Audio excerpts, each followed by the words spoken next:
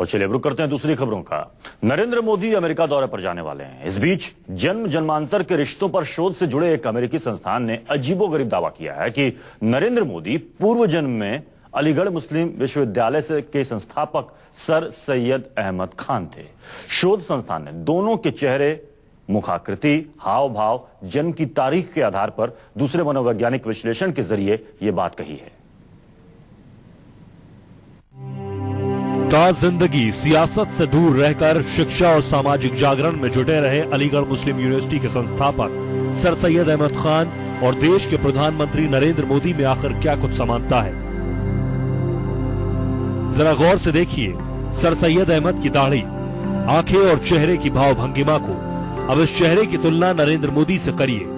America में जन्म, जन्मांतर, पुनर्जन्म और पूर्व जन्म की उलझी पहेलियों पर काम करने वाले एक इंस्टीट्यूट के मुताबिक सर सैयद और नरेंद्र मोदी के चेहरे में सिर्फ समानता नहीं बल्कि दोनों में जन्मों का रिश्ता है। इंस्टीट्यूट के मुताबिक मोदी पूर्व जन्म में सर सैयद अहमद खान ही थे।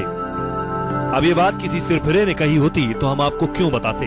बात अमेरिका के ऐसे इंस्टीट्यूट ने की है जो दुनिया भर के 20,000 से ज्यादा महान पुरुषों के पूर्व जीवन का अध्ययन और विश्लेषण कर चुका है। संस्थान का नाम भी चौंकाने वाला है, IISSIS। लेकिन चौंकिए नहीं, जैसे सर सैयद और नरेंद्र मोदी में कोई मेल नहीं, वैसे ही IISIS का कोई मेल बगदादी के आतंकी संगठन ISIS से भी नहीं है।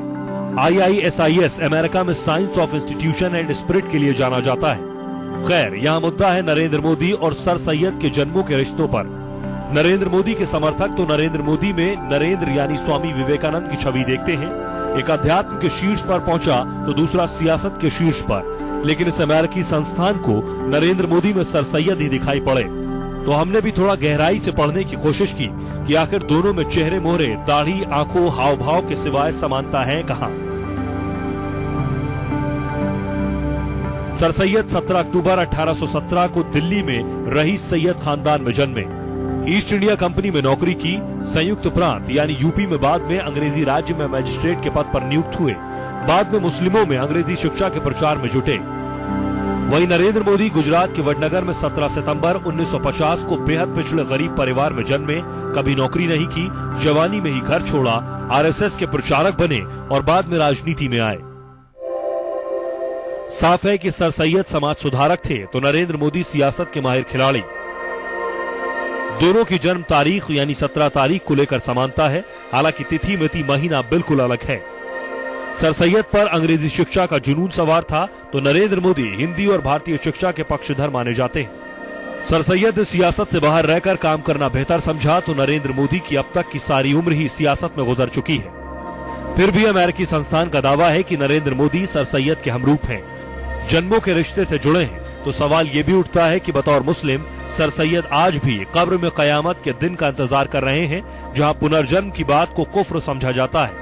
तो फिर सर सैयद इस जन्म में नरेंद्र मोदी कैसे हो सकते हैं। इससे उलट मोदी के विरोधी मोदी को हिटलर का अवतार बताते हैं तो मोदी के समर्थकों को जन्म से ही हिंदू नरेंद्र मोदी में छत्रपति शिवाजी का अक्स दिखता है। हिंदूपन और देश प्रेम जिनकी रगों में समाया था और दोनों में कई बातों में सर सैयद से ज्यादा मेल भी कम नहीं। मसलन शिवाजी की भी दाढ़ी तो मोदी को भी दाढ़ी। शिवाजी को माँ जीजाबाई से बेपनाह प्यार था तो नरेंद्र मोदी को अब माँ हीराबेन से बहुत मोहब्बत है।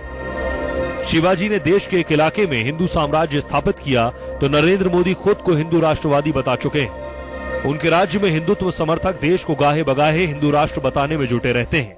शिवाजी से मुगलिया सल्तनत घबराई तो मोदी के नाम से पाकिस्तानी हुकूमत में भी थर्राहट कम नहीं है। Bureau report, news 24।